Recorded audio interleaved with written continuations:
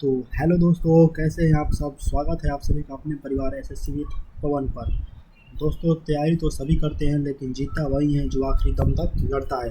अगर आपको लगता है कि जी के आपका सिलेक्शन रोक रहा है तो आज इस डर को हमेशा के लिए ख़त्म करते हैं। आज की इस क्लास में मैं आपके लिए लेकर आया हूँ पॉलिटी के बार बार पूछे जाने वाले महत्वपूर्ण प्रश्न जो एग्ज़ाम में बार बार रिपीट होते हैं, जो बहुत ही रिपीटेड क्वेश्चन है। और हाँ दोस्तों, इस पूरी क्लास के अगर आपको पीडीएफ चाहिए तो हमारे टेलीग्राम चैनल से जुड़िएगा, जिसका नाम ही है एसएससी विद पवन, जिसका लिंक नीचे डिस्क्रिप्शन में है। तो अगर इस सफ़र में मेरे साथ हैं तो फटाफट वीडियो को लाइक कर दीजिए, दोस्तों को शेयर करिए और चैनल को सब्सक्राइब जरूर करिए। उठाइए पेन और पेपर और करते हैं इस महत्वपूर्ण से बहुत ही इम्पोर्टेंट सेशन को, जिसमें हम आपके लाए हैं महत्वपूर्ण प्रश्न लाए हैं पॉलिटी के, जो एग्जाम में आपको बार बार पूछे जाते हैं और इसका पार्ट ये 1 है। तो चलिए बिना किसी देरी के शुरू करते हैं। मोस्ट इम्पॉर्टेंट पीवाईक्यू है, SSC most important PYQ top 30 viral question है किसका, तो पॉलिटी का। चलिए पहला क्वेश्चन देखते हैं। ये रहा पहला क्वेश्चन के सामने। पहला क्वेश्चन का जवाब दीजिए कमेंट आंसर में। पहला क्वेश्चन का जवाब कमेंट आंसर में दीजिए। बताइए पहला क्वेश्चन का आंसर क्या होगा।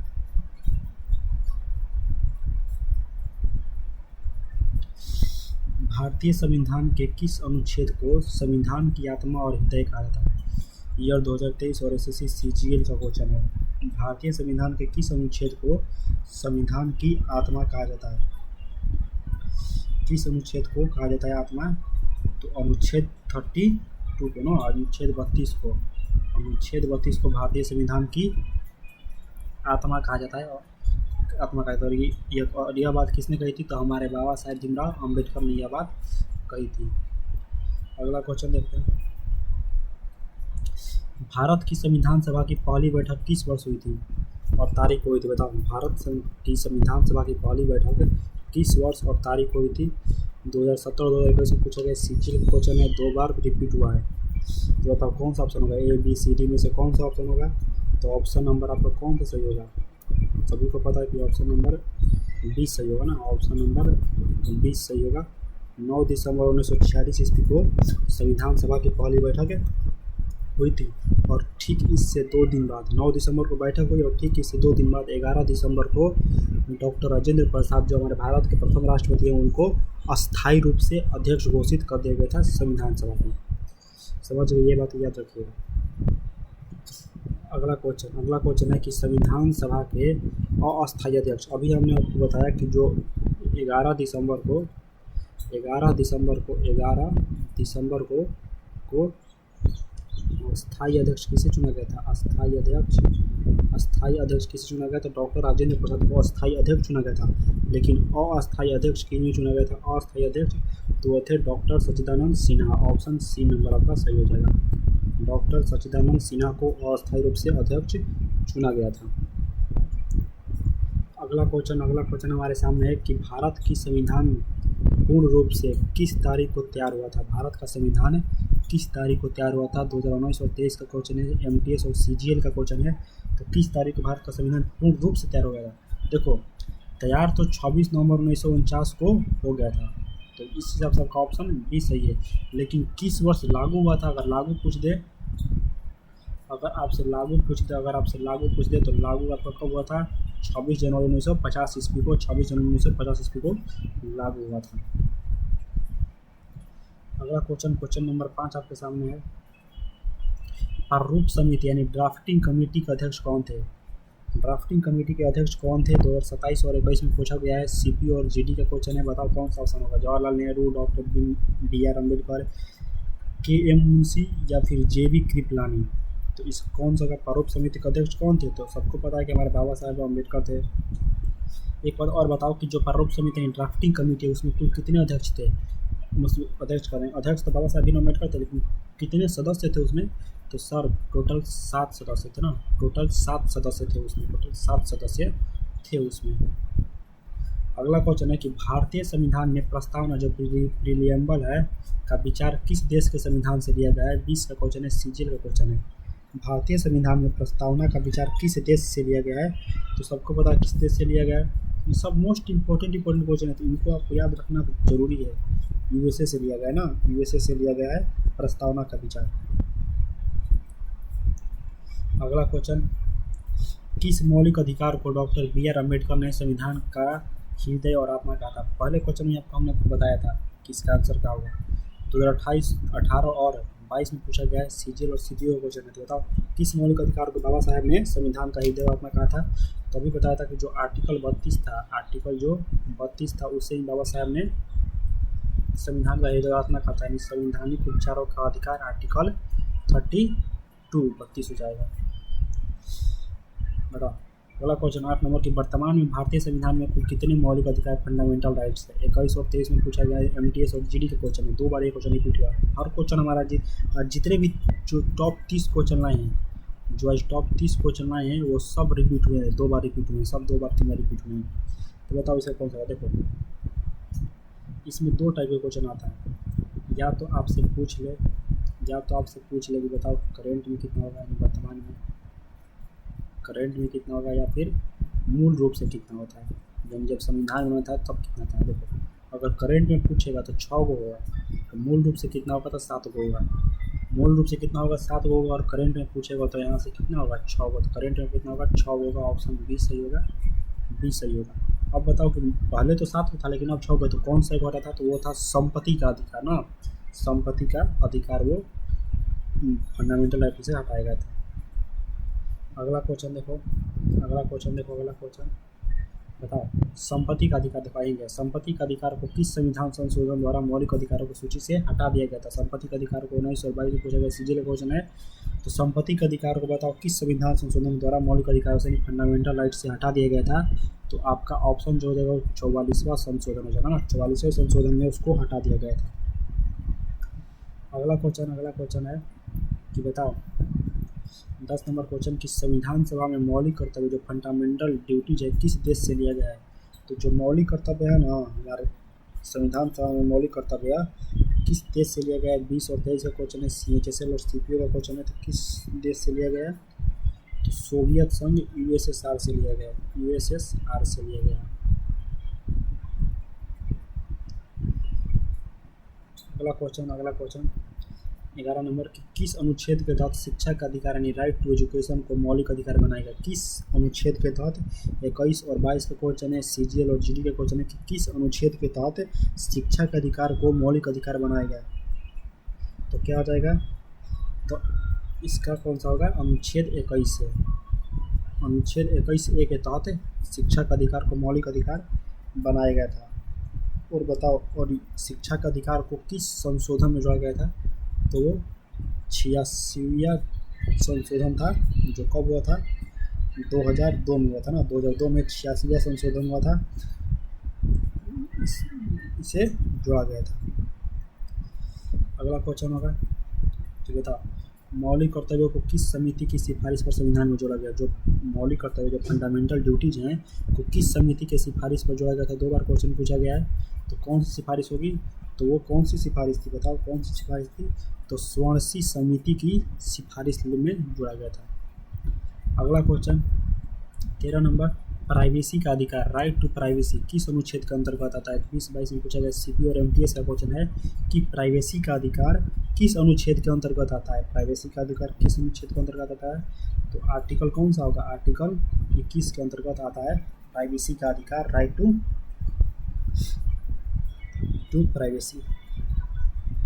अगला क्वेश्चन कि भारत के राष्ट्रपति को उनके पद से हटाने की प्रक्रिया किस अनुच्छेद में है? देखो सबको पता है कि भारत के राष्ट्रपति को उनके पद से हटाने का है, तो यह बात किस में की गई है? तो अनुच्छेद 61 में किया गया है कि राष्ट्रपति को उनके पद से हटाया जा सकता है। अगला क्वेश्चन यहाँ से देख सकते हो। अगला क्वेश्चन है कि भारत का राष्ट्रपति बनने के लिए न्यूनतम आयु कितनी होनी चाहिए? 18 और 21 में पूछा गया। एमटीएस और जीडी का क्वेश्चन है कि देखो अगर आपको भारत का राष्ट्रपति हो गया या फिर राज्यपाल हो गया,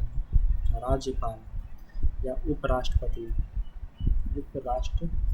राष्ट्रपति, अगर आपको तीनों बनना है तो आपकी जो न्यूनतम आयु होनी चाहिए वो 35 वर्ष होनी चाहिए ना। भारत का राष्ट्रपति या राज्यपाल या फिर उपराष्ट्रपति आपके लिए कितने होने चाहिए?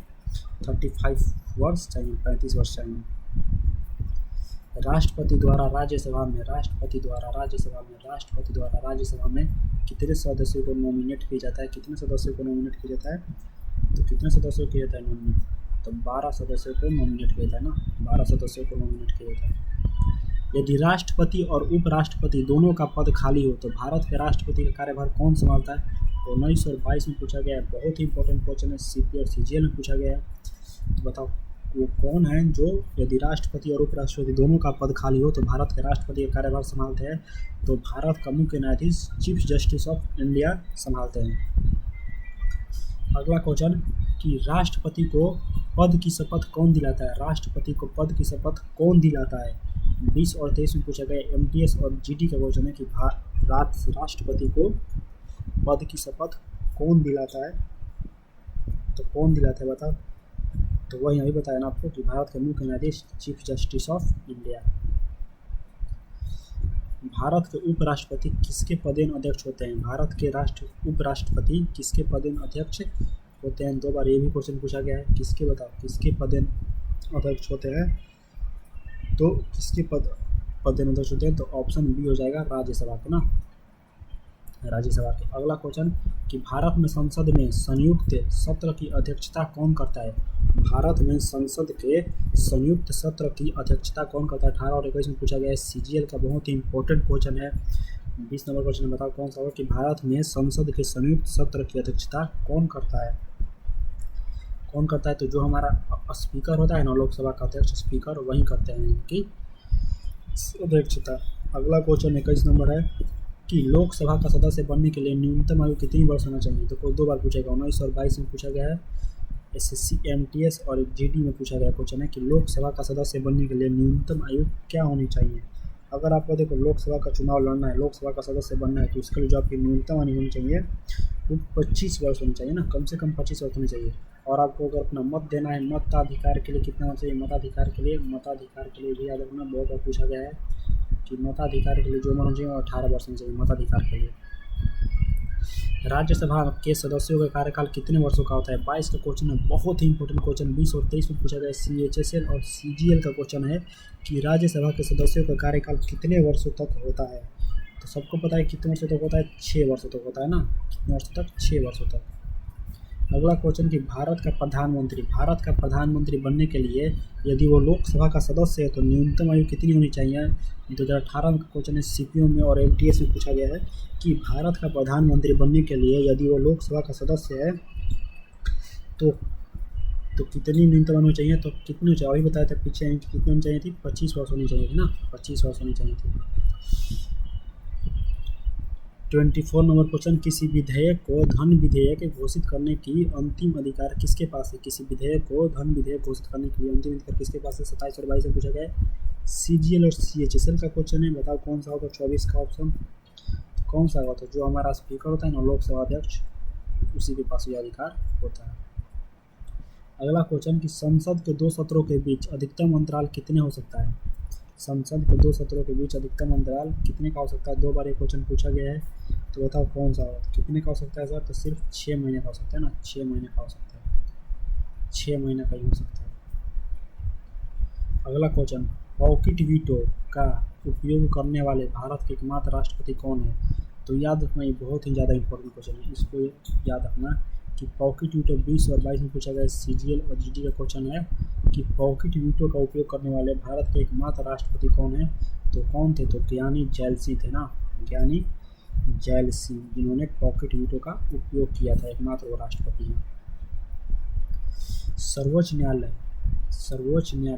न्यायालय सुप्रीम कोर्ट के न्यायाधीशों की सेवानिवृत्ति यानी रिटायरमेंट की आयु क्या है? 19 और 22 का सीजीएल का क्वेश्चन है कि जो सुप्रीम कोर्ट के जज होते हैं उनकी रिटायरमेंट की आयु क्या है? उनकी रिटायरमेंट की आयु क्या है? तो कितनी होती है? 65 साल होती है ना, 65 वर्ष होती है, 65 वर्ष होती है। अगला क्वेश्चन कि लक्षद्वीप का उच्च न्यायालय भारत के किस राज्य में स्थित है? 21 और 23 का क्वेश्चन पूछा गया। सीजीएल और सीएचएसएल का बहुत ही ज़्यादा इंपॉर्टेंट क्वेश्चन है कि जो लक्षद्वीप का न्यायालय है ना, जो कोर्ट है, भारत के किस राज्य में स्थित है?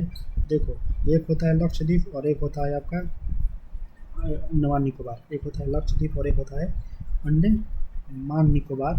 तो बताओ कौन सा होगा। देखो लक्षद्वीप जो है ना एक द्वीप है, तो उसका अपना कोई कोर्ट नहीं है, तो उसका जो संबंधित राज्य है कौन है, तो केरल है। केरल है ना। तो लक्षद्वीप का उच्च न्यायालय भारत के समय स्थित है केरल में। और यदि आपसे पूछ दे अंडमान निकोबार का, यदि आपसे पूछ दे अंडमान निकोबार का, अंडमान और निकोबार का, अंडमान निकोबार का, तो उसका कौन सा होगा, अंडमान निकोबार का कौन सा होगा, अंडमान निकोबार का कौन सा होगा। जैसे पूछ दे अंडमान निकोबार का, तो उसके लिए कौन सा होगा, कोलकाता हो जाएगा ना, कोलकाता हो जाएगा अंडमान निकोबार के लिए, लक्षद्वीप के केरल। तो यहीं पर हमारे 30 क्वेश्चन समाप्त होते हैं। तो उम्मीद करता हूँ कि आपको सेशन बहुत ही ज़्यादा पसंद आया होगा, पसंद आया। तो दोस्तों ये थे आपके पॉलिटी के टॉप 30 क्वेश्चन थे जो आपकी कल को बदलने की ताकत रखते हैं। देखिए रास्ता मुश्किल ज़रूर है पर नामुमकिन बिल्कुल नहीं है। मुझे आपकी मेहनत पर पूरा भरोसा है, बस आप अपना भरोसा मत खोना। आज की क्लास के PDF पाने के लिए आपको कहाँ जुड़ना पड़ेगा, तो हमारे टेलीग्राम चैनल में ज्वाइन करना पड़ेगा। हमारा टेलीग्राम चैनल जिसका लिंक मैंने डिस्क्रिप्शन में दे दिया है, उसका नाम भी है, टेलीग्राम पर सर्च करोगे ना SSC बैच फॉर्म, तो वो भी आ जाएगा। अगर आप चैनल पर नए हो तो चैनल को सब्सक्राइब जरूर कर लीजिएगा, वीडियो को अपने दोस्तों के साथ शेयर करिएगा, क्योंकि बहुत ही ज़्यादा इंपॉर्टेंट सेशन था, क्योंकि इसमें हमने आपको SSC के मोस्ट इंपॉर्टेंट PYQ कराए हैं जो एग्जाम में बार बार पूछे गए हैं, रिपीटेबल क्वेश्चन है। तो उम्मीद करता हूँ कि सेशन पसंद आया होगा। तो आज के लिए इतना ही। जय हिंद, जय भारत, पढ़ते रहिए और सिलेक्शन